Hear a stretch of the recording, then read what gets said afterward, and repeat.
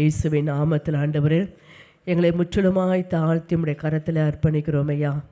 நாங்கள் நிற்பதும் நிர்மூலமாகாதிருப்பதும் உம்முடைய கிருபை ஆண்டவரே, உம்முடைய இரக்கம், உம்முடைய தயவு. இந்த நாளில் எங்களை ஜீவனோடு வைத்திருப்பதற்கு ஒரு நோக்கம் உண்டு. இன்றைக்கு எங்களோடு நீர் பேசுவீராக.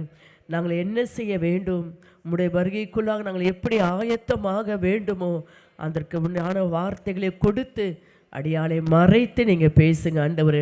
உம்முடைய சத்தம் ஒன்று மாத்திரம் துணிக்கட்டும். உம்முடைய உள்ளத்தில் உள்ள ஆதங்கத்தை இன்றைக்கு நீர் வெளிப்படுத்த சித்தமாக இருக்கிறீர். அதை எப்படி நீர் வெளிப்படுத்தி நீர் உம்முடைய சமூகத்துக்குள் ஒரு கூட்டத்தை ஆயத்தப்படுத்தி உம்முடைய ராஜ்யத்தில் சேர்த்து கொள்ள சித்தமாக இருக்கிறீரோ ஒவ்வொருடைய இருதயத்தில் நீர் பேசுவீராக. அடியாளை மறைத்து நீங்கள் பேசுங்க. எல்லா தடைகளையும் உடைத்து போடுவீராக. ஆண்டவரே கர்த்தாவே, மக்களுடைய ஒவ்வொரு இருதயங்களை ஒருமுகப்படுத்தும்.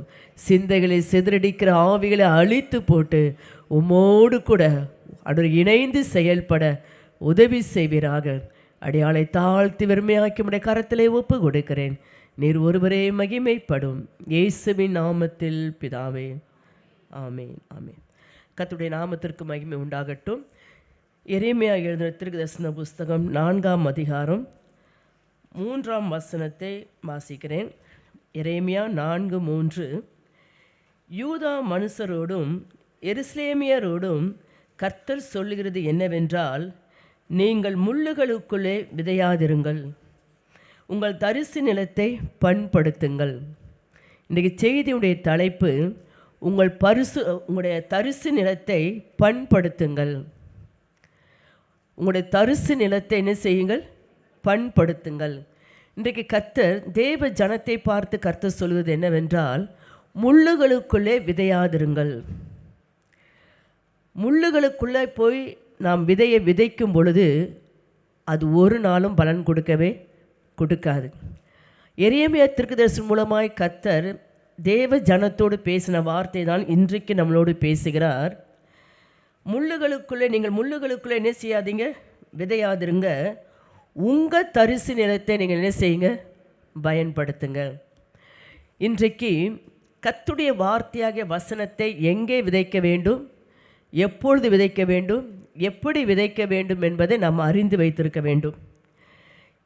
நம்முடைய தேவனுடைய வார்த்தையாகிய விதையை முள்ளுள்ள அப்படின்னு சொன்னால், அந்த முற்களை போன்று இருக்கிற கடினமான, குத்துகிற, பிடிவாதமான சிலருடைய வாழ்க்கையில் இருப்பாங்க தெரியுமா? அவங்கக்கிட்ட நீங்கள் போய் என்ன சொல்லக்கூடாது? கர்த்தருடைய வார்த்தையை விதைக்கக்கூடாது. அதுதான் சொல்கிறார், பன்றிகளுக்குள்ளே முத்துக்களை போடாதிருங்கள். இன்றைக்கு நாம் சில நேரங்களிலே எந்த இடத்துல விதைக்க வேண்டும் என்பதை அறியாமல் கர்த்தருடைய வசனத்தை போராடலாம் நாம் விதைக்கணும் என்ற ஒரு மனப்பான்மையோடு நம்ம செய்கிறோம். ஆனால் வேதம் நமக்கு சொல்லுகிறது, முற்களுக்குள்ளே என்ன செய்யாதிருங்கள்? விதையாதிருங்கள். உங்கள் தரிசு நிலத்தை நீங்கள் என்ன செய்யுங்க? பயன்படுத்துங்கள். அப்படியானால் இன்றைக்கு கர்த்தர் நம்மளை ஒவ்வொருவரையும் பார்த்து சொல்கிற வார்த்தை, உங்களுடைய தரிசு நிலத்தை பயன்படுத்துங்க. ஏன்னு சொன்னால், முற்களுடைய இடத்துல விதைப்பதனால எந்த ஒரு பலனையும் பெற்றுக்கொள்ள முடியாது. வேணால் நீங்கள் வாசிப்போம். மத்தேயு 13ஆம் அதிகாரம் 22-23 வசனத்தில் இப்படியாய் சொல்லப்பட்டிருக்குது. நமக்கு தெரிஞ்ச வசனம்தான், ஆனால் ஆவியானவர் அதை கொண்டு நம்மளோடு பேசுவாராக.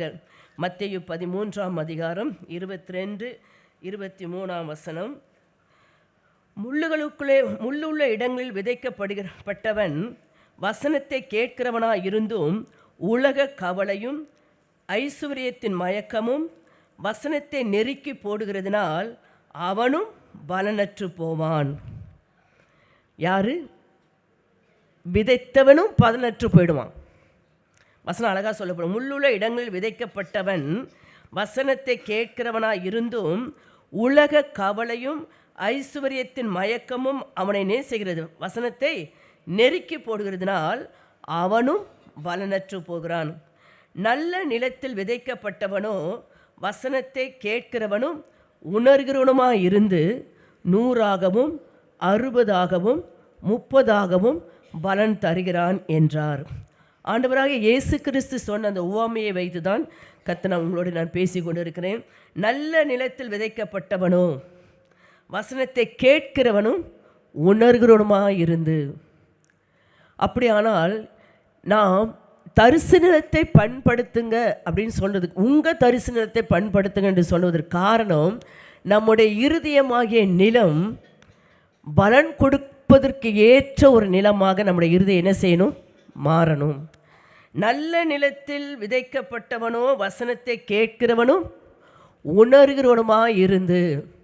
அப்போ நாம் தரிசு நிலமாய் இருக்கிற நம்முடைய நிலத்தை, இருதயத்தை நல்ல நிலத்தில் விதைக்கப்பட்ட ஒரு வசனத்தை கேட்கிறவர்களாக இருந்து உணர்கிறவர்களாகவும் இருக்க வேண்டும். இன்றைக்கு வசனத்தை கேட்கிறவர் கூட்டம் இருக்கிறது, உணர்கிற கூட்டம் இல்லை. இன்னைக்கு சபைக்குள்ளாக கர்த்தருடைய ஆவியானுடைய ஆதங்கம் என்ன தெரியுமா? உங்கள் தரிசு நிலத்தை முதலாவது நீங்கள் பண்படுத்துங்க.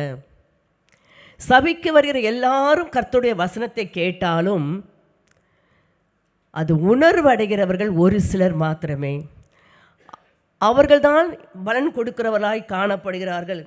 எப்படி பலன் கொடுக்கிறார்கள்? 100ஆகவும் 60ஆகவும் 30ஆகவும் பலன் கொடுக்கிறார்கள். ஆகையினாலே நல்லா புரிஞ்சு கொள்ளுங்க, இன்றைக்கு நாம் உணர்கிறவர்களாக இருக்க வேண்டும்.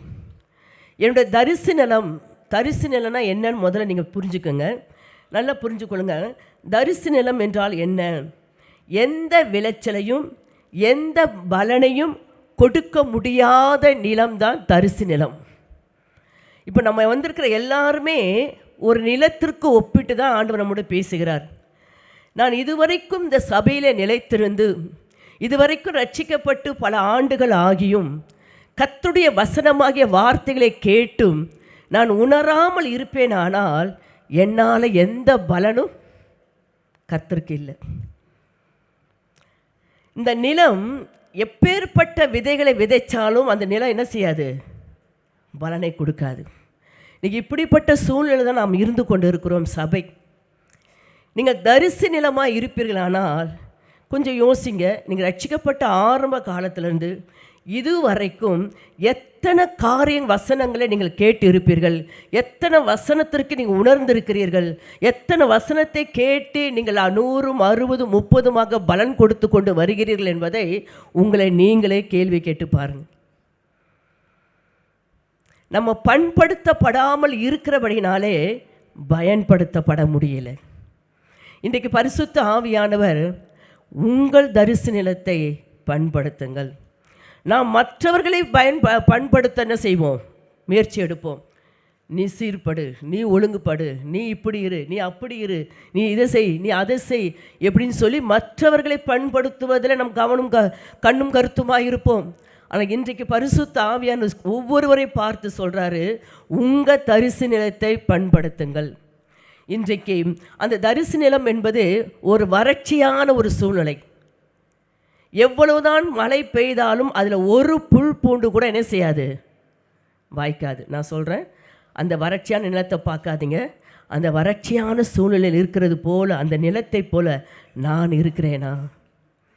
எத்தனை முறை ஆவியானவர் பேசினாலும் வசனங்களை கர்த்தர் கொடுத்தாலும் இன்னும் அதை கேட்டு உணர்வில்லாமல் இருக்கிறேனா? அப்போ நம்ம எல்லாரும் யாராக இருக்கிறீங்க? தரிசு நிலமாக இருக்கு. உணர்வடைகிறவர்கள் செயல்பட ஆரம்பிச்சிருவாங்க, பயன்பட ஆரம்பிச்சிருவாங்க. பரிசுத்த ஆவியானவர் தரிசு நிலத்தை, உங்கள் தரிசு நிலத்தை என்ன செய்யுங்க? பயன்படு. உன் தரிசு நிலம் கூட சொல்லலை. ஏன் உங்கள் சொல்கிறாருன்னா, ஒரு குடும்பத்தில் எத்தனை பேர் இருப்போம்? முதலாவது நம்முடைய குடும்பமாக நிலத்தை என்ன செய்யணும்? பண்படுத்தணும். நம்முடைய குடும்பமே ஒரு தரிசு நிலத்தை போல் காணப்பட்டு கொண்டு இருக்கிறது. எந்த விதமான நல்ல ஒரு வார்த்தையோ, நல்ல ஒரு பேச்சையோ, நல்ல ஒரு செய்கையோ, நல்ல ஒரு பலன் கொடுப்பதற்கு ஏதுவாக குடும்பங்கள் இல்லை. அதாவது உங்கள் தரிசு நிலத்தை பண்படுத்துங்கள் என்று சொல்லுகிறார். இன்றைக்கு ஒரு கணவனோ மனைவியோ பிள்ளைகளோ ஒரு குடும்பத்தில் இருக்கும் பொழுது உங்களுடைய நிலம் ஆகிய தரிசு நிலம் இன்றைக்கு பண்படுத்தப்பட வேண்டும் என்று கர்த்தர் எதிர்பார்க்கிறார். நான் சபைக்கு ஒழுங்காய் வந்து விடுகிறேன், நேரத்தோடு வந்து விடுகிறேன், எல்லா கூட்டங்களுக்கும் நான் வரேன். ஆனால் உங்களுடைய தரிசு நிலம் எப்படி இருக்கிறது? நான் என் ஆத்துமாவை கரெக்டாக பார்த்துக்கிறேன், கணவரை பற்றி கவலை இல்லை, மனைவியை பற்றி கவலை இல்லை, பிள்ளைங்களை பற்றி எனக்கு கவலை இல்லை. நான் கரெக்டாக கர்த்தருக்கு முன்பாக இருக்கிறேன். அது ஒழுங்கு இல்லை.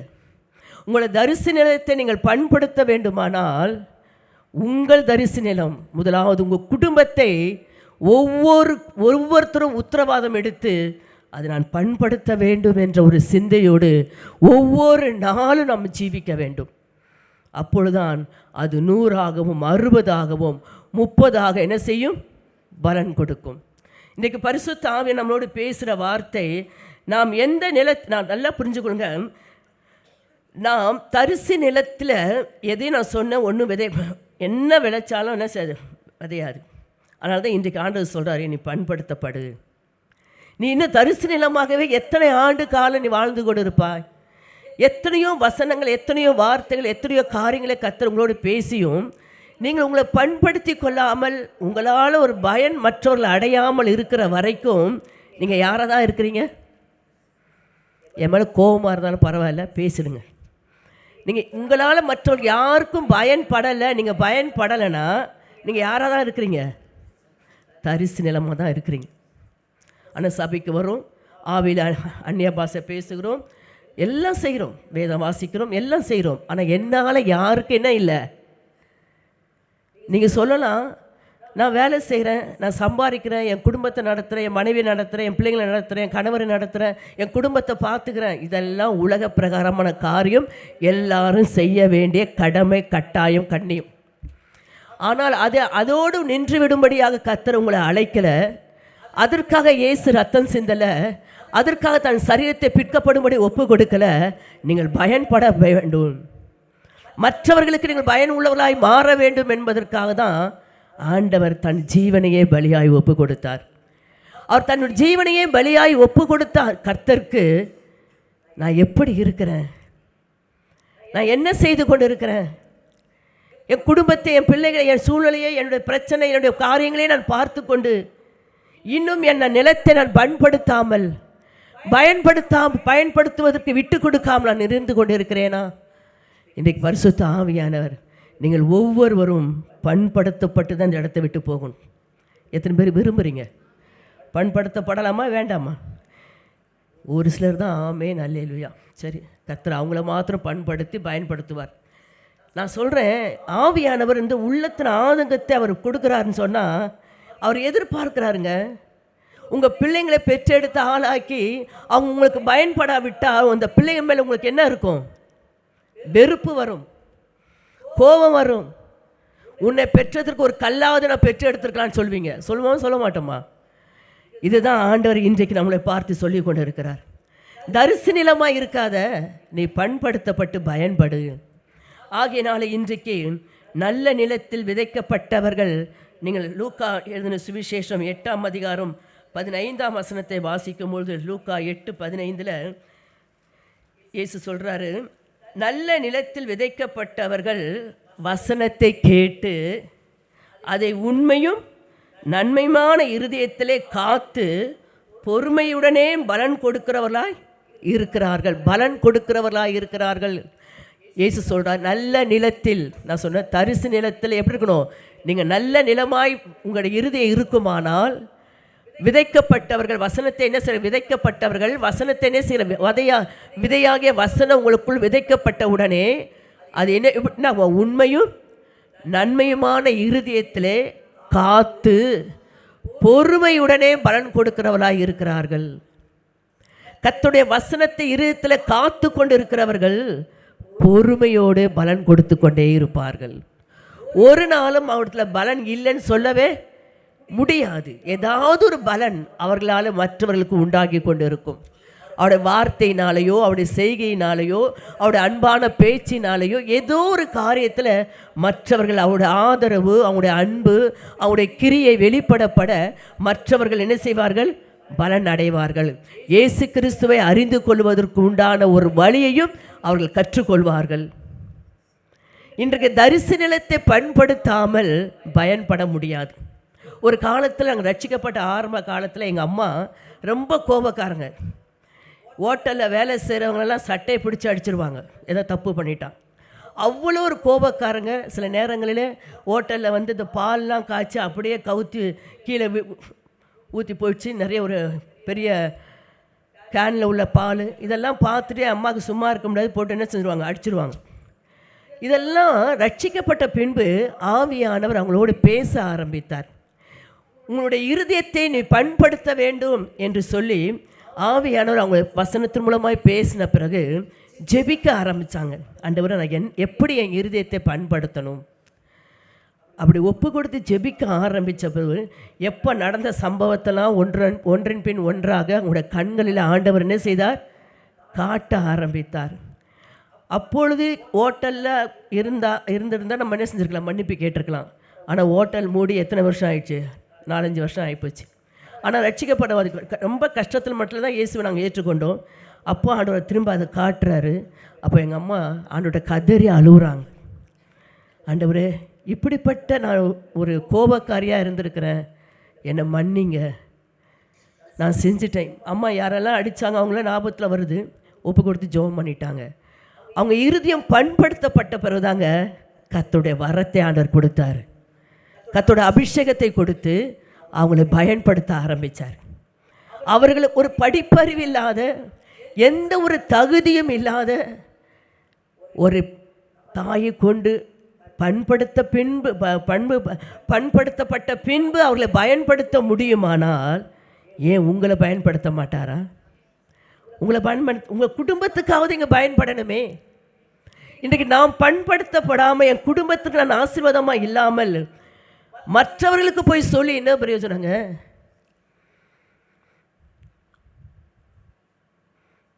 இன்றைக்கு கர்த்தர் முதலாவது உங்கள் தரிசு நிலத்தை என்ன செய்யுங்க.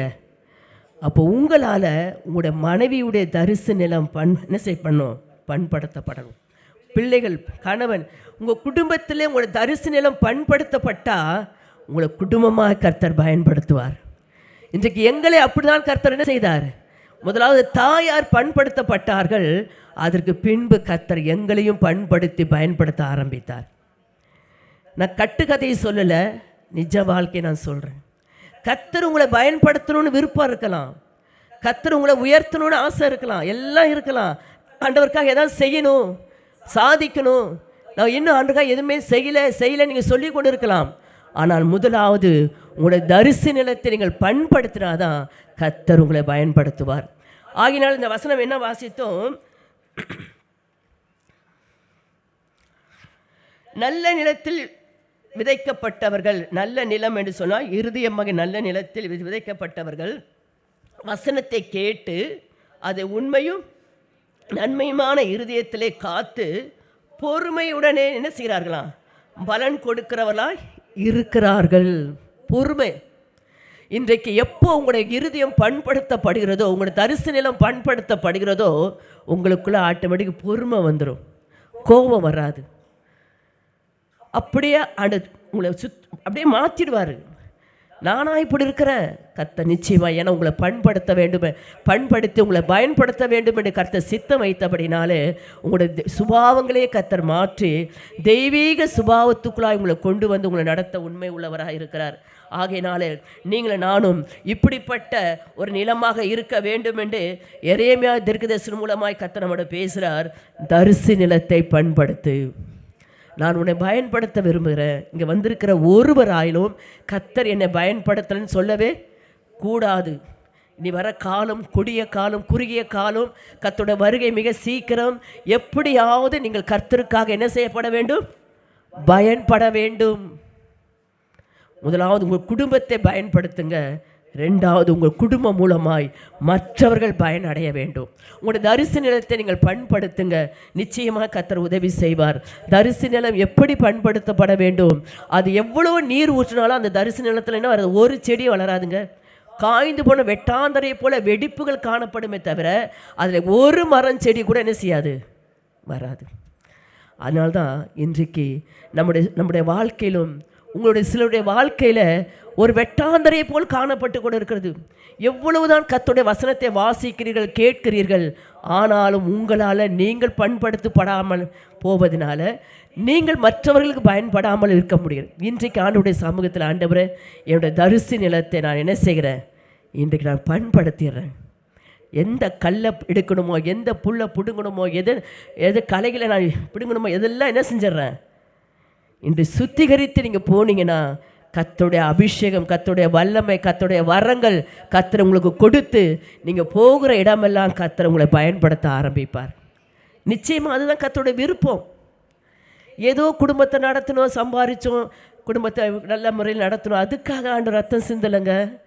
உங்களை கொண்டு, ஒவ்வொருவரை கொண்டு தேவ சித்தம் உண்டு, திட்டம் உண்டு. அதை எதிர்பார்க்கிறார்.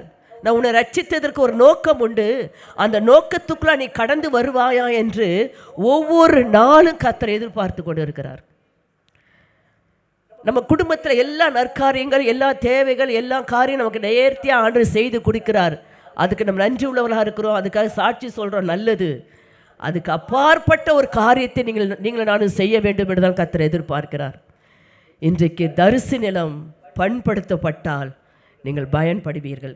சரி, அடுத்ததாக ரெண்டாவதாக, நிலமாகிய நம் இருதயத்தை நாம் என்ன செய்ய வேண்டும், விழித்து கொள்ள வேண்டும். நம்முடைய இருதயமாகிய நல்ல நிலத்தில் என்ன செய்ய வேண்டும், விழித்து கொள்ள வேண்டும். நிலமாகிய இருதயத்தில், நல்ல நிலமாகிய நம்முடைய இருதயத்தில் நாம் விழித்து கொள்ள வேண்டும் என்று கர்த்தர் எதிர்பார்க்கிறார். மத்தேயு 13ஆம் அதிகாரம்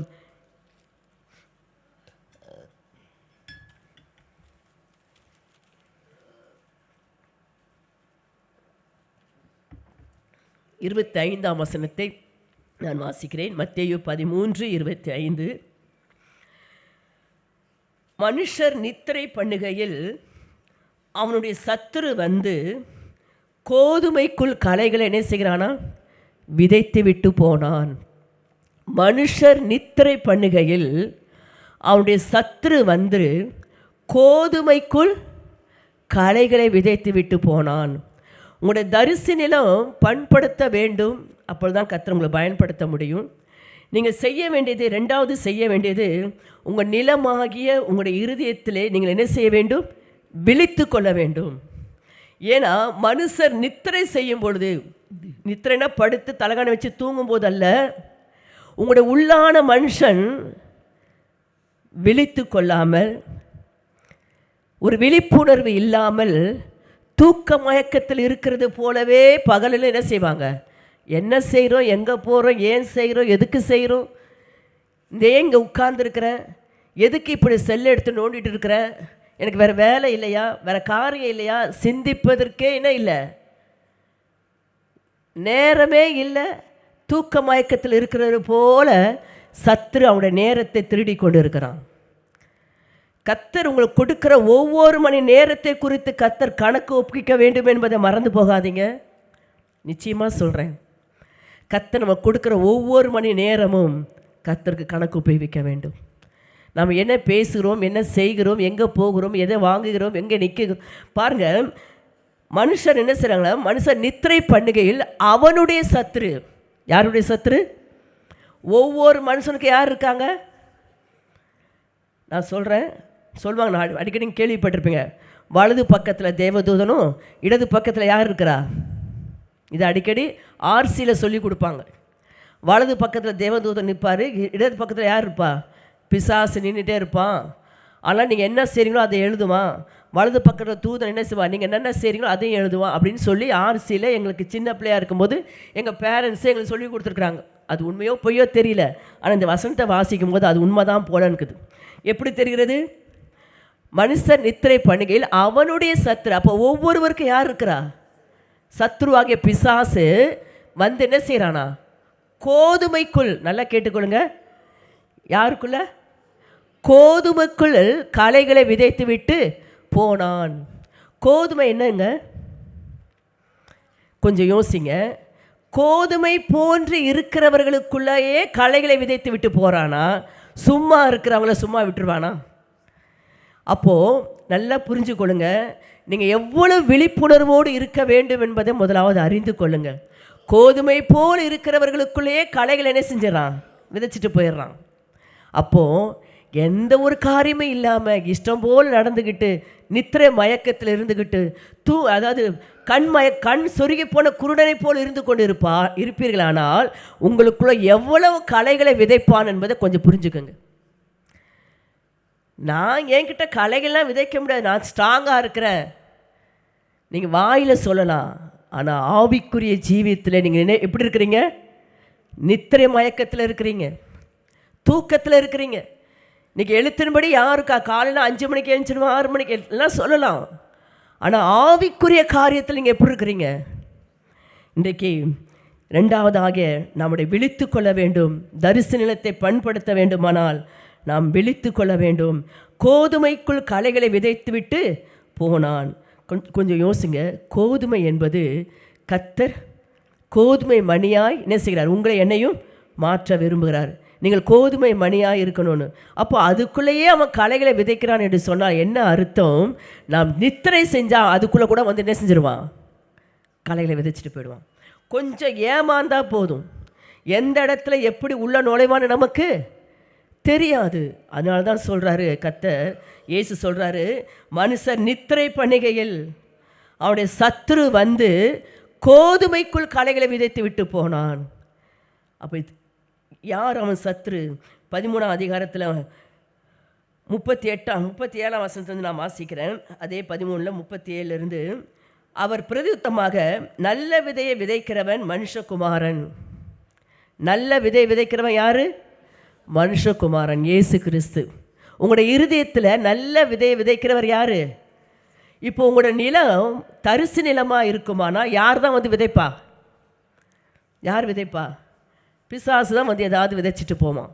நல்ல நிலமாக இருந்தால் இயேசு என்ன செய்வார்? தம்முடைய வார்த்தையாக வசனத்தை உங்களுக்குள் கொடுத்து உங்களை என்ன செய்வார்? அந்த வசனத்தினால நீங்கள் மீட்படைய வேண்டும், சாட்சியாய் வாழ வேண்டும், உயிர் மீட்சி அடைய வேண்டும் என்று வசனத்தை கொடுப்பார்.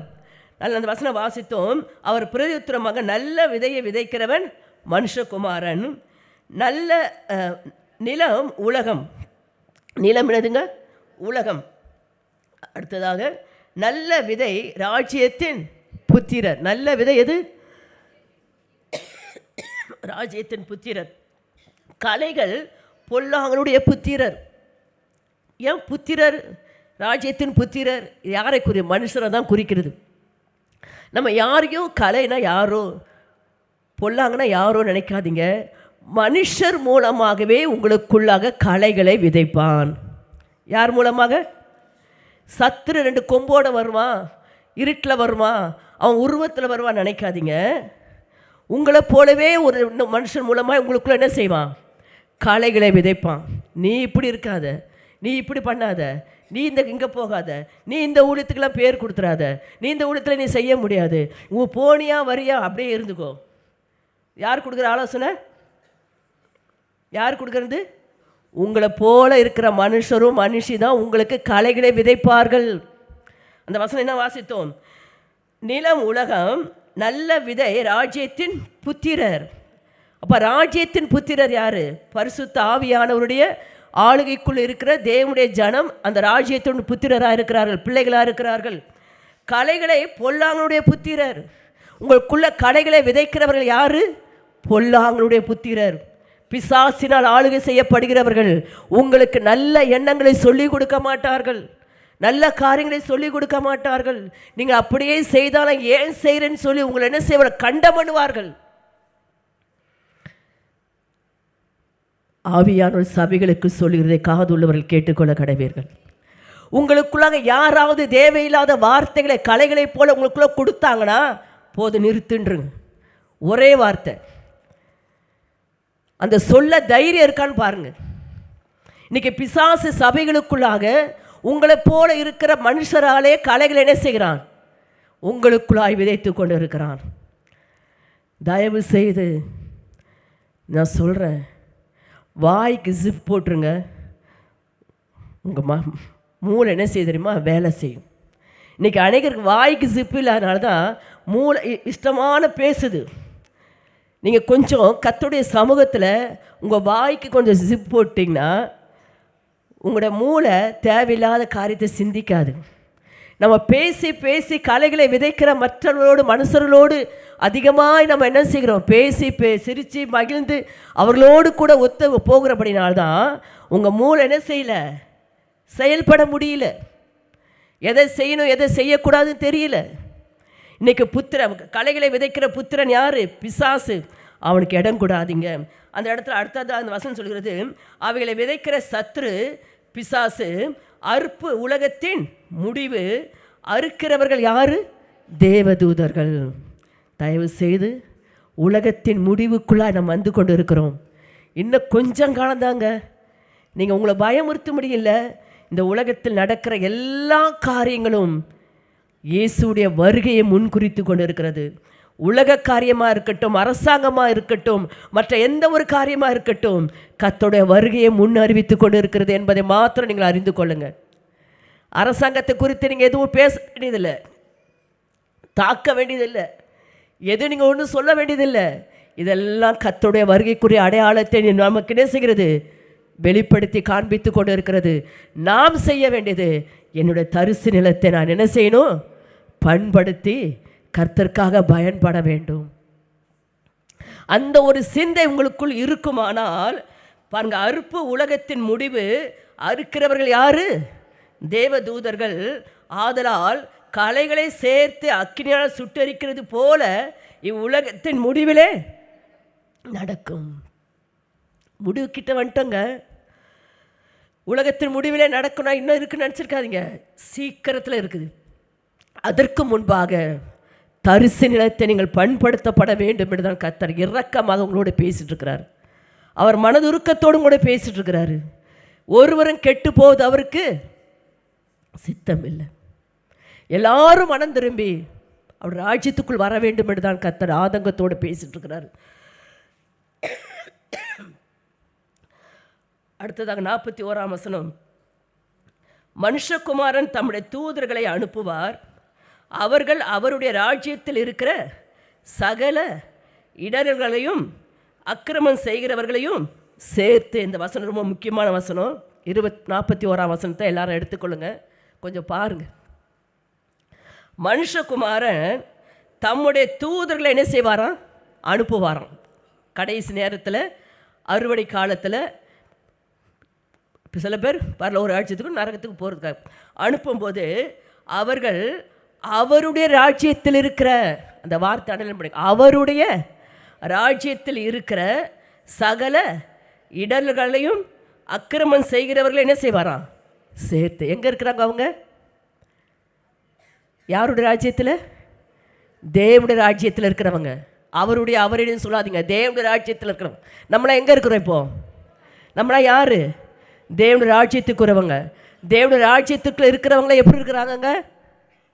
எப்படி இருக்கிறாங்க? வாசிங்க. இடல்களையும் அக்கிரமம் செய்கிறவர்களையும். நல்லா கேட்டுக்கொள்ளுங்க. நான் தப்பித்துக்கொள்வேன்னு சொல்வதற்கு எனக்கும் தைரியம் இல்லை. கர்த்தர் உதவி செய்வேன், நான் விசுவாசிக்கிறேன்.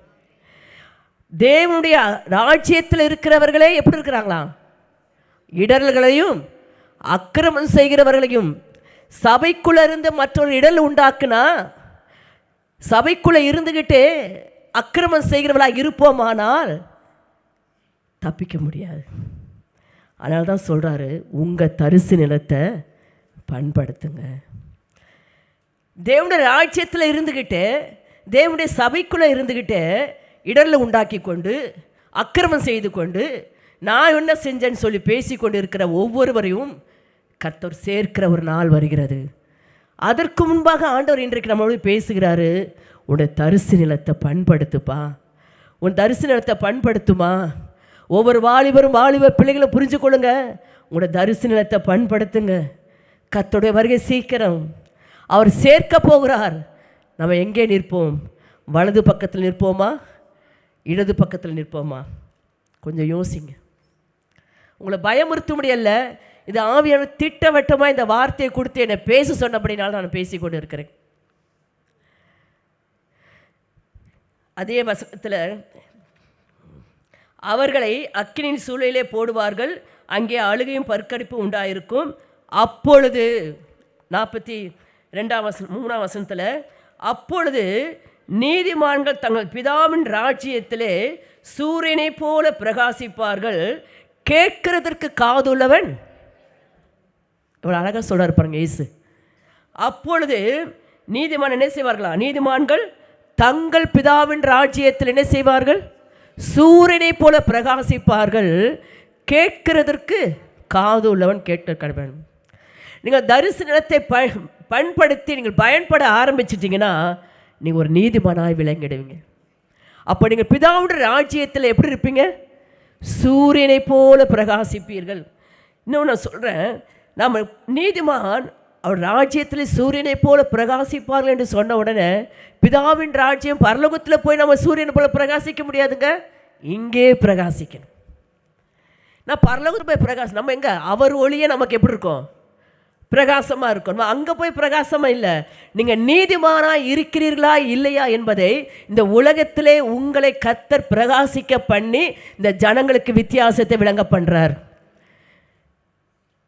நீதிமானுக்கும் அநீதிமானுக்கும் உள்ள வித்தியாசத்தை தேவனுடைய ராஜ்யமாக இந்த ராஜ்யமாக சபைக்குள்ளே வைத்து கர்த்தர் உங்களை என்னைய விளங்க பண்ணுகிறவராக இருக்கிறார். நீங்கள் நீதிமான் சொல்ல வேண்டாம். உங்களை பிரகாசிக்க வைப்பதை பார்த்து அநீதிமான் வெட்கப்பட்டு போயிடுவாங்க. நான் நீதிமான் சொல்வதனால நீதிமானாய் மாற முடியாது. தரிசு நிலத்தை பண்படுத்தினால்தான் நீங்கள் நீதிமானாய் மாற முடியும். உங்களுடைய தரிசு நிலத்தை என்ன செய்யுங்க? பண்படுத்துங்க. இன்னும் நம்முடைய நிலம் களைகளை விதைப்பதற்கு ஏதுவாக, உங்களுடைய சத்துரு உங்களுக்குள்ளே களைகளை விதைப்பதற்கு ஏதுவாக இடம் கொடுக்காதபடி, யார் வந்து உங்களை விட்டு குப்பையை கொட்டணும்னு வந்தால் கூட ஒரு அளவு எனக்கு தேவையில்லை. இடரில் உண்டாக்குகிறவர்கள், அக்கிரமம் செய்கிறவர்கள் தேவனுடைய ராஜ்யத்தில் தான் இருக்கிறார்கள், தேவனுடைய சபைக்குள் இருக்கிறார்கள்.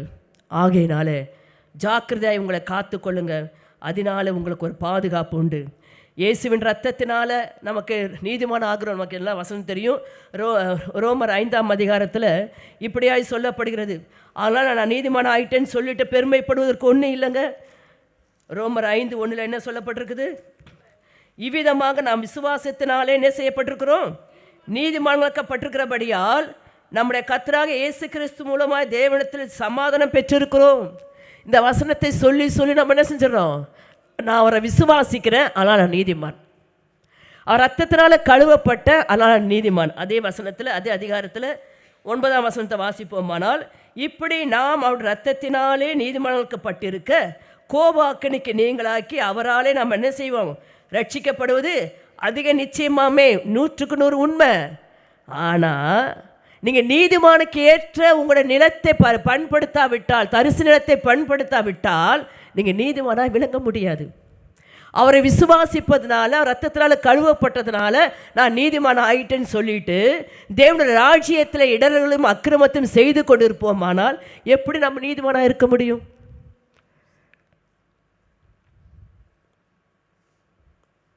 இன்றைக்கு கொஞ்சம் யோசிங்க. கர்த்தருடைய ஆவியானவர் சபையை சீர்படுத்த விரும்புகிறார். ஏதோ ஒரு சபை கூட்டம் வந்துச்சு, கர்த்தரை ஆராதிக்கிறாங்க, சந்தோஷமாக போகிறாங்க, அது எங்களுக்கு இல்லைங்க. கர்த்தருடைய ஆவியானவர் ஆதங்கத்தோடு போராடிட்டு இருக்கிறாரு. இன்னும் தரிசு நிலத்தோடே வந்துட்டு போயிட்டுருக்கிற எத்தனையோ கூட்டங்கள் ஜனங்கள் இருக்கிறார்களே, அவங்க எப்போ பண்படுத்தப்பட போகிறாங்க? எப்போ அவங்க பயன்பட போகிறாங்க? இன்னும் தரிசு நிலமாகவே இருந்து கொஞ்சம் கூட மாற்றம் இல்லை. சத்தியத்தை கேட்டு உணர்வடையாமல், நன்மைக்கு எதுவான காரியங்கள் எதுவுமே அவருடன் வெளிப்படாமல் இருக்குமானால் நிச்சயமாக கர்த்தர் துக்கப்படுகிறவராக இருக்கிறார். இன்றைக்கு உங்களுடைய தரிசு நிலத்தை பண்படுத்துங்க. நிச்சயமாய் நீங்கள் நீதிமான் என்று சொன்னால் போதாது, அதோடு நின்று விடாதபடி நீதிமானுக்குடைய வாழ்க்கையை வாழ்ந்து காட்டுங்க. நான் நீதிமான் நான் இயேசு ரத்தத்தால் கழுவப்பட்ட, நான் விசுவாசிட்டா நான் நீதிமான் சொல்வதனால் அல்ல, அதோடு நின்று விடாதீங்க. நான் ஒரு நீதிமானுடைய வாழ்க்கை வாழ்ந்து காட்ட வேண்டும்.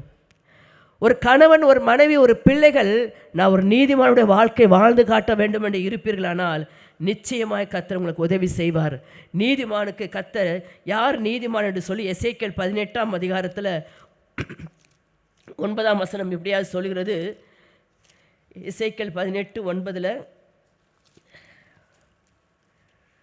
என் கட்டளைகளின்படி நடந்து என் நியாயங்களை கைக்கொண்டு உண்மையாயிருப்பானாகில். அது எல்லாரும் வசனம் எடுங்க, வசனத்தை எடுத்து கொஞ்சம் பாருங்கள், தப்பே கிடையாது. என் கட்டளையின்படி நடந்து என் நியாயங்களை கைக்கொண்டு உண்மையாயிருப்பானாகில். யாருக்கு உண்மையாக இருக்கணும்?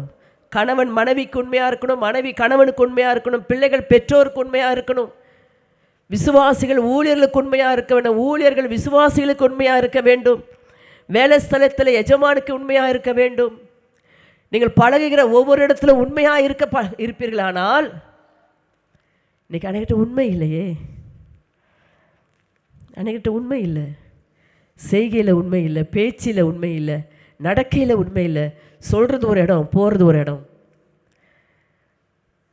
கணவனாக இருக்கட்டும் மனைவியாக இருக்கட்டும், தயவு செய்து யார் நீதிமான் என்பதற்கு இந்த வசனம் விளக்கம் காணுகிறது.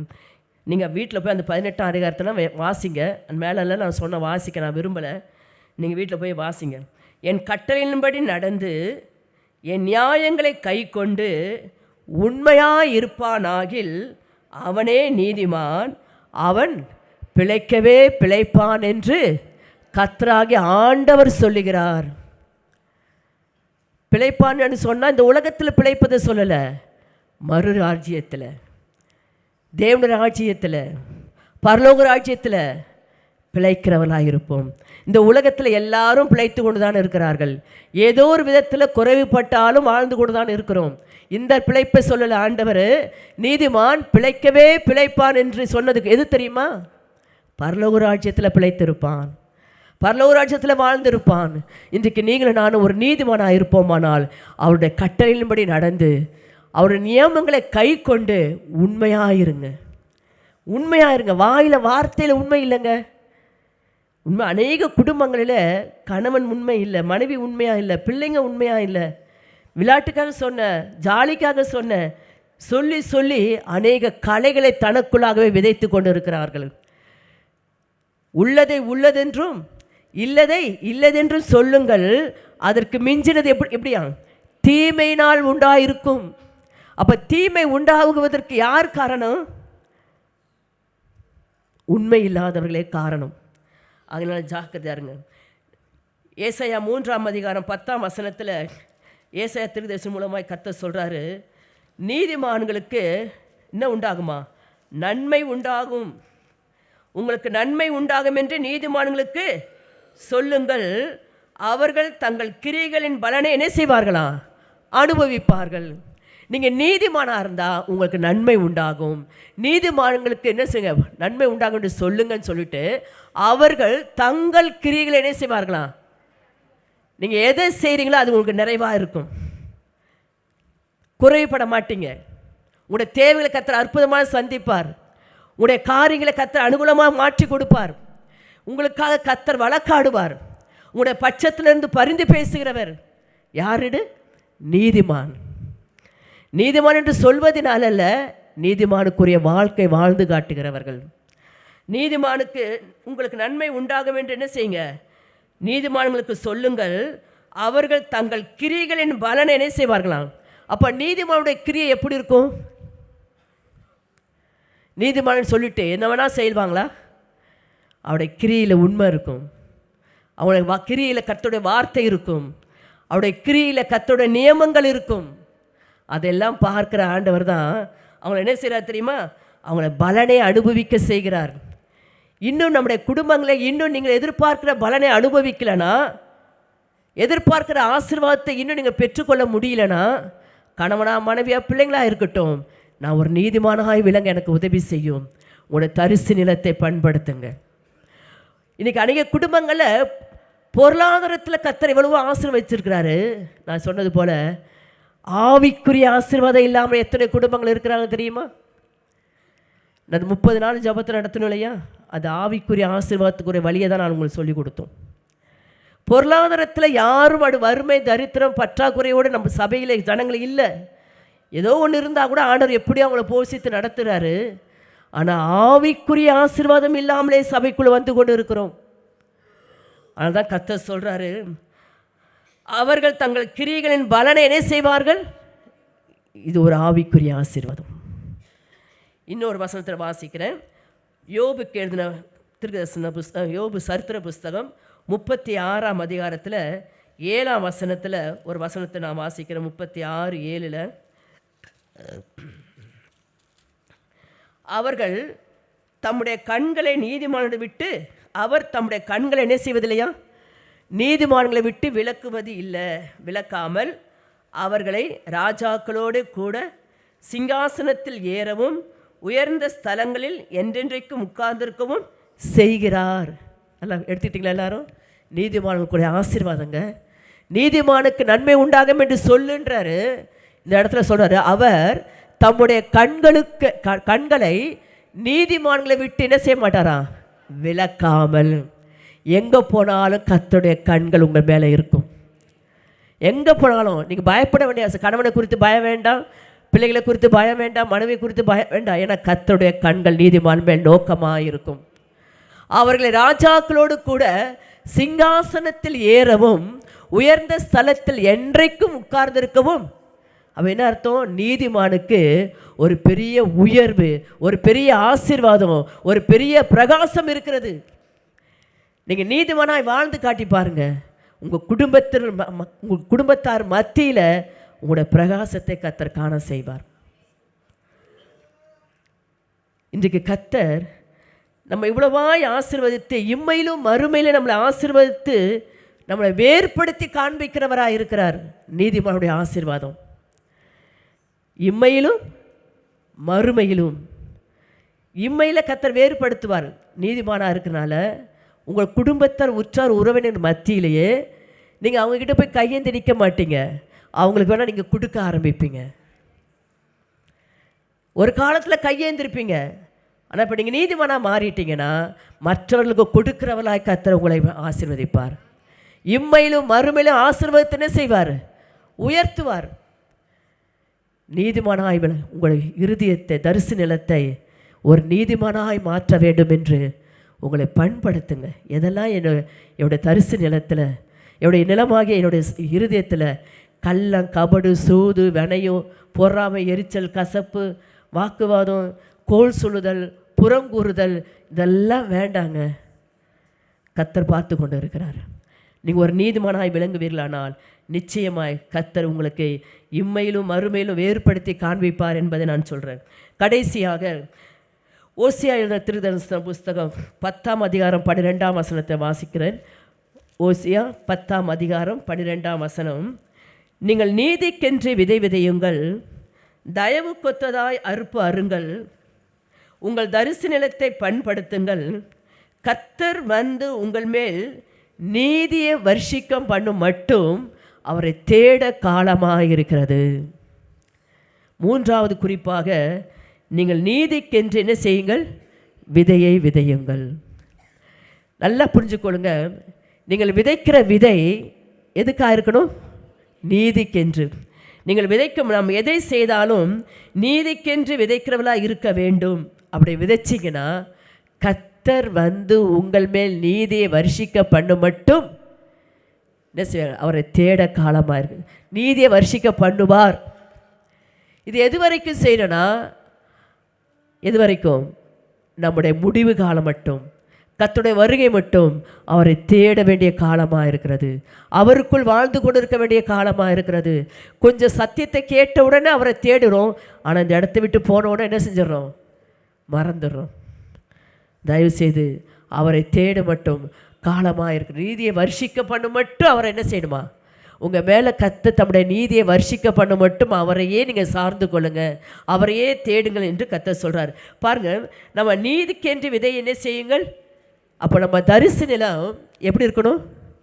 நீதிக்கென்று விதையை விதைக்கிற ஒரு நிலமாக இருக்கும். ஆனால் நீதியை நீங்கள் செய்கிறவராக இருப்பீங்கன்னா கர்த்தர் தம்முடைய ஆசீர்வாதத்தை உங்கள் மேல் வர்ஷிக்க பண்ணுவார். இன்றைக்கு நம்ம நீதி செய்யாமல் நீதியை குறித்து பேசுகிறவர்கள் அனைவரும் இருக்கலாம். பேச்சினால் கர்த்தர் நமக்கு ஆசீர்வாதத்தை வர்ஷிக்கப்பட மாட்டார். நான் நீதி செய்யணும். ஒரு வசனத்தை வாசிக்கிறேன்.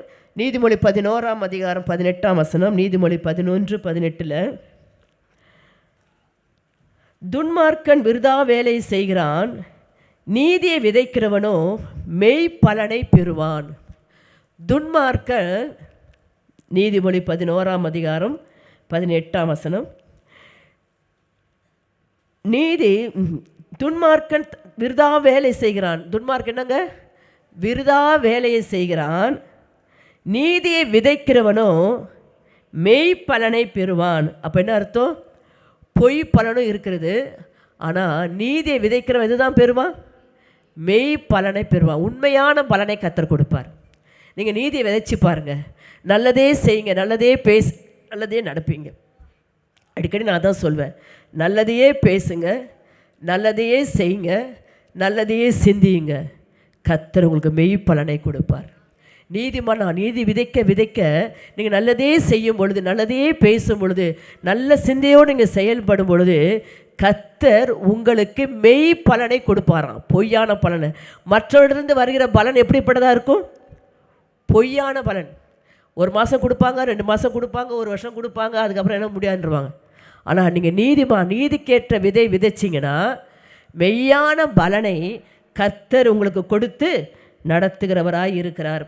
இன்னொரு வசனத்தை அதே அதிகாரத்தில் 19ஆம் வசனத்தில் எப்படியா வாசிக்கிறோம். அதே அதிகாரத்தில் 19, நீதி ஜீவனுக்கு ஏதுவாக இருக்கிறது போல, ஜீவனுக்கு ஏதுவாகிறது போல. நல்லா கேட்டுக்கணுங்க, நீதி ஜீவனுக்கு ஏதுவாகிறதான். நீங்கள் நீதி செய்ய செய்ய உங்களுடைய ஆயுசு நாட்கள் சுகமாக இருப்பீர்கள், நீங்கள் சந்தோஷமாக இருப்பீர்கள், உங்களுடைய ஆயுசு நாட்கள் பெருகும். யோசிக்கிறாங்க, இது வரைக்கும் நம்ம செய்யாமல் போயிட்டேனே, இனியாவது செய்யணும், இப்போயாவது செய்யுங்க, நீங்கள் சுகமாக இருப்பீங்க, ஆசீர்வாதமாக இருப்பீங்க, சமாதானமாக இருப்பீங்க, சந்தோஷமாக இருப்பீங்க. எந்த ஒரு பலவீனமும் உங்களை மேற்கொள்ள முடியாது. ஏன் தெரியுமா? நீங்கள் நீதியை செய்கிறீங்க. வசனம் என்ன வாசித்தோம்? நீதி ஜீவனுக்கு ஏதுவாகிறது போல.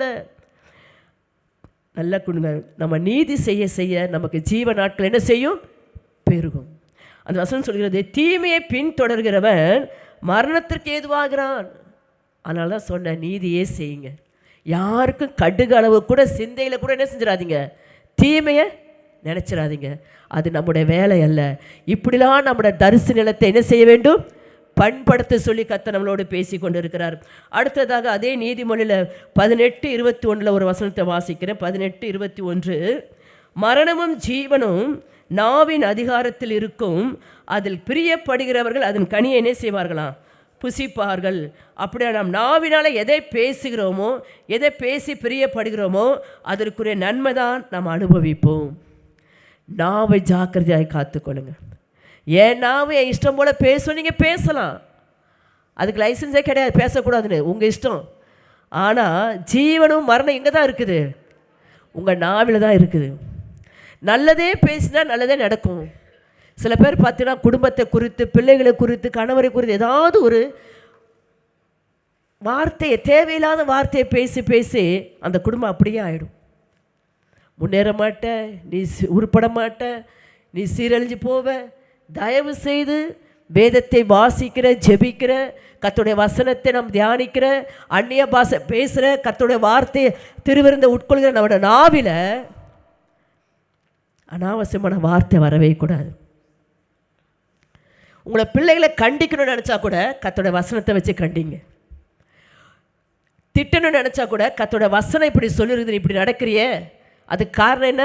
பெற்றோர் வசனத்தை நல்லா வாசித்து இருதயத்தில் வச்சாதான் பிள்ளைங்கிட்ட பேச முடியும். இன்றைக்கி பெற்றோருடைய இருதயத்தில் கர்த்தருடைய வசனமே இல்லை, அப்புறம் எப்படிங்க நீங்கள் பிள்ளைங்கிட்ட பேச முடியும்? அதனால தான் தேவையில்லாத வார்த்தைகளை பேசி பிள்ளைகளை என்ன செய்கிறோம்? நம்ம காயப்படுத்துகிறோம். இன்றைக்கு நம்முடைய வாயின் வார்த்தையில் கர்த்தருடைய வசனம் வெளிப்பட வேண்டும். எதை செய்தாலும் கர்த்தருடைய வசனத்திற்கு ஒப்பிட்டு நான் செய்கிறேனா? கர்த்தருடைய வார்த்தையை நான் வாயினால் அறிக்கை செய்துட்டு நான் பேசுகிறேன்னா? கொஞ்சம் வசனத்தை உங்கள் வாயில் எவ்வளோ தூரம் வருகிறதோ அவ்வளவுக்கு அவ்வளோ உங்களுக்கு என்ன உண்டு? ஜீவன் உண்டு. இன்னொரு வசனம் ஞாபகம் வருது, நான் எழுதிட்டு வரல, ஆனால் அந்த ஞாபகம் வரலாம் அந்த வசனத்தை சொல்கிறேன். 1 பேதுரு நினைக்கிறேன், 1 பேதுரு 3ஆம் அதிகாரம் 10ஆம் வசனத்தை எடுத்துக்கொள்ளுங்க. 1 பேதுரு 3:10, ஜீவனை விரும்பி நல்ல நாட்களை காண வேண்டும் என்று இருக்கிறவர்கள் பொல்லாப்புக்கு தன் நாவையும் கபடத்துக்கு தன் உதடுகளையும் விலக்கி காத்து பொல்லாப்பை விட்டு நீங்கி நன்மையை செய்து சமாதானத்தை தேடி அதை பின்தொடர கடவன். கர்த்தருடைய கண்கள் நீதிமான் மேல் நோக்கமாக இருக்கிறது, அவருடைய செவிகள் அவர்கள் வேண்டுதலுக்கு கவனமாக இருக்கிறது. தீமை செய்கிறவர்களுக்கோ கர்த்தருடைய முகம் எப்படி இருக்குதா? விரோதமாக இருக்குது. தீமையான வார்த்தை, தீமையான பேச்சு, தீமையான செய்கை செய்கிறவர்களுக்கு கர்த்தருடைய முகமே எப்படி இருக்குங்க? நமக்கு விரோதமாக இருந்தால் நம்ம எத்தனை மணி நேரம் ஜபித்தாலும் அந்த ஜபம் கேட்கப்படுமா? ஜீவனை விரும்பி நல்ல நாட்களை காண வேண்டும் இருக்கிறவன், நல்லா புரிஞ்சுக்க, உங்களுக்கு நல்ல ஆயுசு நாட்கள் வேணுமா, பூரண வயது வரணுமா, உங்கள் நாவை என்ன செய்யுங்க? காத்துக்கொள்ளுங்க. பொல்லாப்புக்கு தன் நாவையும் கபடத்திற்கு தன் உதடுகளையும் விலக்கி காத்துக்கொள்ளுங்க. இல்லாவிட்டால் மரணமும் ஜீவனும் எங்கே தான் இருக்குது? நாவில் தான் இருக்குது. நீங்கள் எதை பேசுகிறீங்களோ அதுதான் உங்களுக்கு பேசப்படும். நீங்கள் எதை செய்கிறீங்களோ அது உங்களுக்கு செய்யப்படும். சரி, அடுத்ததாக ஒரு வசனத்தை வாசி நம்ம ஜெபிக்க போகிறோம். யாக்கோபு 3:18 யாக்கோபு சொல்கிறத பாருங்கள். நீதியாகிய கனியானது சமாதானத்தை நடப்பிக்கிறவர்களாலே சமாதானத்திலே விதைக்கப்படுகிறது. நீதியாகிய கனியானது சமாதானத்தை நடப்பிக்கிறவர்களாலே. அப்போ சமாதானத்தை நடப்பிக்கிறவர்களாலே நீதியாகிய கனி என்ன செய்கிறதா? விதைக்கப்படுகிறது. அப்போ நீங்கள் சமாதானமாக இருக்கணும் நீங்கள் விரும்புனீங்கன்னா நீங்கள் விதைக்கிற அந்த நீதியின் கனியானது சமாதானத்தில் விதைக்கப்படும் போது அது உங்களுக்கு சமாதானமாக இருக்கும். இன்றைக்கி அநேக குடும்பங்களில் சமாதானமே இல்லை. கணவன் மனைவி பிள்ளை ஏதோ ஒரு விதத்தில் பிரச்சனை போராட்டம் இருந்துக்கிட்டே இருக்குன்ற ஆவியான சுட்டி காட்டுறாரு. நமக்கு அவர் சொல்வார், சபைக்கு வரும்போது சந்தோஷமாக இருக்கிற மாதிரி காட்டுறாங்க, ஆனால் அவங்க குடும்பத்தில் கொஞ்சம் விசாரிச்சு பாரு. நான் யாரும் போய் விசாரிக்க மாட்டேன், யாரை வந்து பேசினா தான் அப்போ தான் யோசிப்பேன். இப்படிப்பட்ட பிரச்சனைகள் தான் இந்த மாதிரி நிறைய குடும்பங்கள் இருக்கிறது என்பதை ஆவியானவர் வெளிப்படுத்தி காட்டுவார். ஏன்? நீதியாகிய கனியானது சமாதானத்தை நடப்பிக்கிறவர்களாலே. நீங்கள் சமாதானமாக இருக்கணும், சமாதானத்தை நடப்பிக்கிறவர்களாக இருந்தால் அந்த சமாதானத்தில் என்ன செய்யப்படுகிறதா? விதைக்கப்படுகிறது. நீங்கள் எதை விதைக்கிறீங்களோ அது உங்களுக்கு உண்டாகும். நீங்கள் சமாதானத்திற்கு ஏதுவான காரியங்களை நீங்கள் செய்யலைன்னா உங்கள் குடும்பத்தில் சமாதானம் இருக்காதுங்க. குடும்பத்தில் யாருக்குமே அது போட்டு கொடுத்து யாருக்காவது சமாதானத்தை கெடுத்து குடும்பத்தில் ஐக்கியத்தை ஒரு மனதை சொந்த பந்தங்களுக்குள்ளே நீங்கள் கெடுத்தீங்கன்னா உங்கள் குடும்பத்தில் சமாதானம் இருக்காது. ஏன் ஆண்டவர் எனக்கு சமாதானம் இல்லை, நான் ஜெபிக்கிறேன், வேதம் வாசிக்கிறேன், சர்ச்சைக்கு போகிறேன், காணிக்கை எல்லாம் கொடுக்குறேன், ஏன் என் குடும்பத்தில் சமாதானம் இல்லை? வசனம் என்ன வாசித்தோம்? நீதியாகிய கனியானது சமாதானத்தை நடப்பிக்கிறவர்களாலே. நீங்கள் சமாதானத்திற்கு ஏதுவான காரியத்தை நீங்கள் எதெல்லாம் செய்கிறீங்களோ நடப்பிக்கிறீங்களோ சமாதானத்திலே விதைக்கப்படுகிறது. நீங்கள் விதைக்கிற அந்த சமாதானத்தினாலே உங்களுக்கு சமாதானம் உண்டாகும். குழப்பத்தை விதைச்சிங்கன்னா குழப்பதான் உண்டாகும். பிரிவினைகளை விதைச்சிங்கன்னா பிரிவினைகள் தான் உண்டாகும். வாக்குவாதத்தை விதைச்சிங்கன்னா வாக்குவாதம் தான் வெளியே வரும். நாம் எதை விதைக்கிறோமோ அது நமக்கு உண்டாகும்.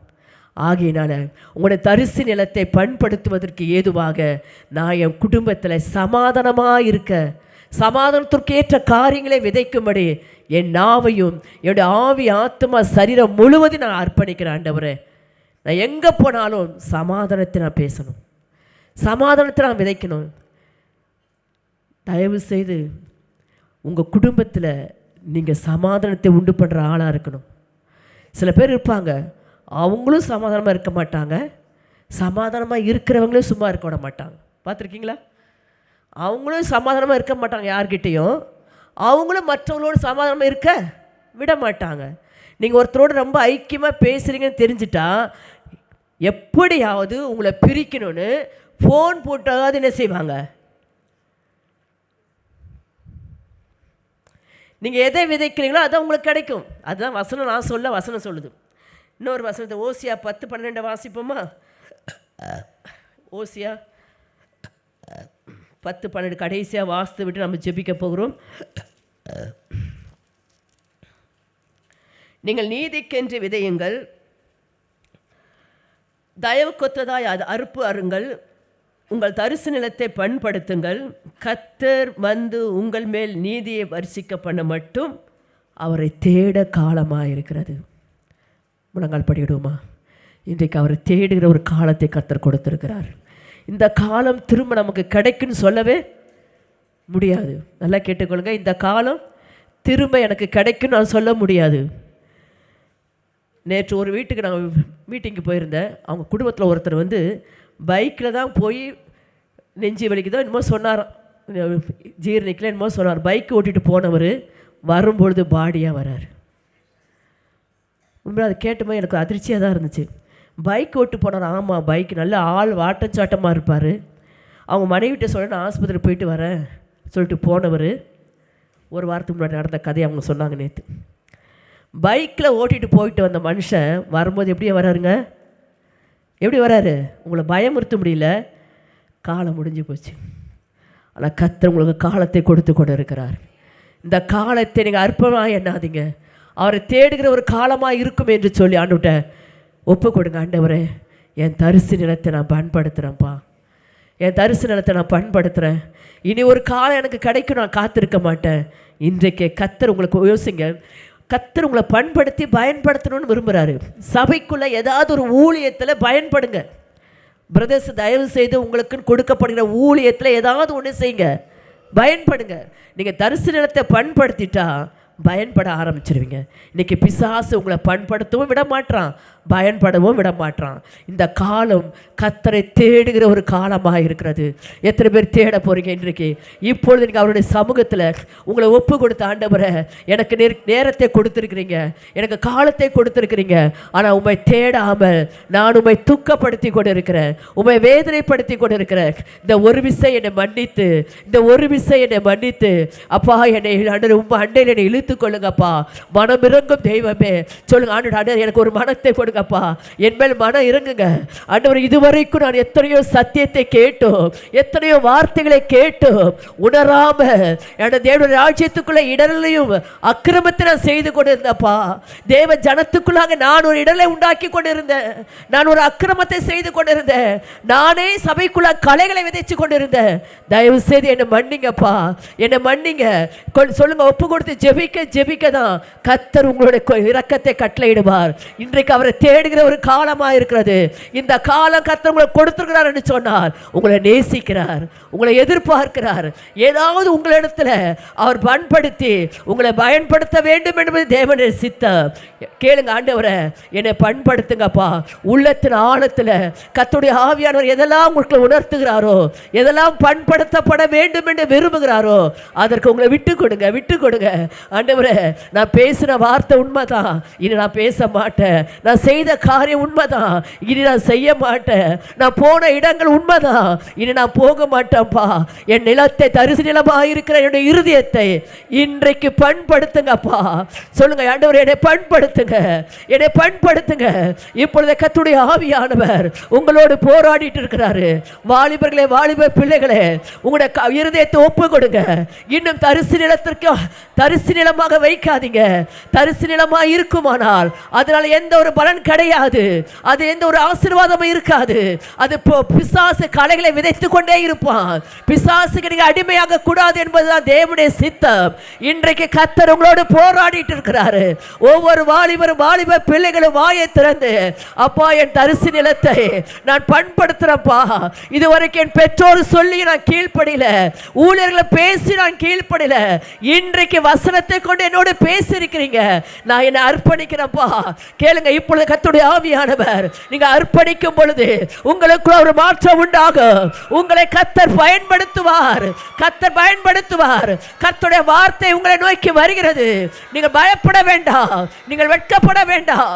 கர்த்தர் ஒவ்வொருவரும் பயன்படுத்தும்படியாக தான் இன்றைக்கு கர்த்தர் நம்மளோடு பேசி இருக்கிறார். ஆமென், ஆமென், ஆமென். ஓ ரிகா ராதிரபா சிகா ராதிரபா. பேசுங்க, அந்நிய பாஷைகளை பேசுங்க. சுத்திகரிக்கிற ஆவியானவர் உங்களை சுத்திகரிக்கிறார், சுத்திகரிக்கிறார். ஆவியானவர் உங்களை சுத்திகரிக்கிறார். ஆமென், ஆமென். ஒவ்வொரு குடும்ப தலைவர்களும் அந்நிய பாஷைகளை பேசி ஜெபிங்க. உங்களுடைய தரிசு நிலத்தை கர்த்தர் பண்படுத்துகிறார். சுட்டரிப்பின் ஆவியானவர் அதை சுத்திகரித்து உங்களை பயன்படுத்தும்படியாக தம்முடைய வார்த்தையை, தம்முடைய வல்லமையை, தம்முடைய வரங்களை கர்த்தர் கட்டளையிடுகிறார். பெற்றுக்கொள்ளுங்க, பெற்றுக்கொள்ளுங்க. ஓ ரபா கராதிரமா சிகராதிரபா, நாணத்தை போதிக்கும் வர, வியாக்கியானம் பண்ணுகிற வர, ஆமே நான் பகுத்தறிகிற வர, சுகமாக்குகிற வர, இன்றைக்கு கர்த்தர் ஒவ்வொருவருக்கும் பயன்படும்படியாக கர்த்தர் வார்த்தைகளை கொடுக்கிறார். பெற்றுக்கொள்ளுங்க, பெற்றுக்கொள்ளுங்க. இதுவரைக்கும் நடந்ததை கர்த்தர் மன்னித்து இன்றைக்கு ஒரு நாளே அவரை தேடுகிற காலம் இது. ஓ ரபாலா கரதிரமா சிகரா திரபரபா, ஆண்டவரே வந்திருக்கிற ஒவ்வொருவரோடு நீர் இடைப்பட்டீரப்பா. தொடர்ந்து நீர் இடைப்படுவீராக. உம்மை தேடுகிற அந்த காலத்தில் காலத்தை வீணாக்காதபடிக்கு, காலத்தை போக்கடிக்காதபடிக்கு, இந்த காலத்தை குறித்து அவர்கள் ஆண்டவரே பயத்தோடு பக்தியோடு உம் ஆண்டையிலே சேர நீர் உதவி செய்வீராக.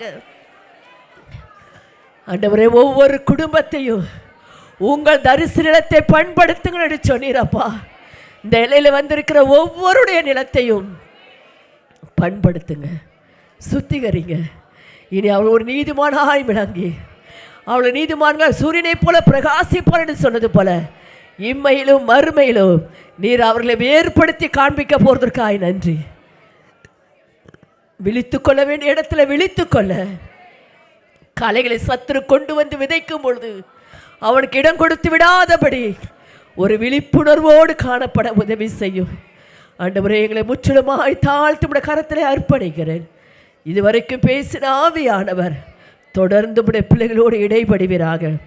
ஒருவராயினும் கைவிடப்படக்கூடாதப்பா. ஒருவரானும் ராஜ்யத்தில் இழந்து போயிடக்கூடாது. ஆண்டவரே, ரகசிய வருகிற எங்கள் குடும்பத்தில் உள்ள ஒவ்வொருவரும் உங்களுடைய ராஜ்யத்தில் வந்து சேரத்தக்கதாக ஆவியானவர் உதவி செய்வீராக. உம்முடைய பொறுப்புள்ள உம்முடைய கரத்திலே ஒப்பு கொடுக்கிறேன். நீர் நடத்துவீராக. இயேசுவின் நாமத்தில் ஜெபங்கள் நல்ல பிதாவே, ஆமென்.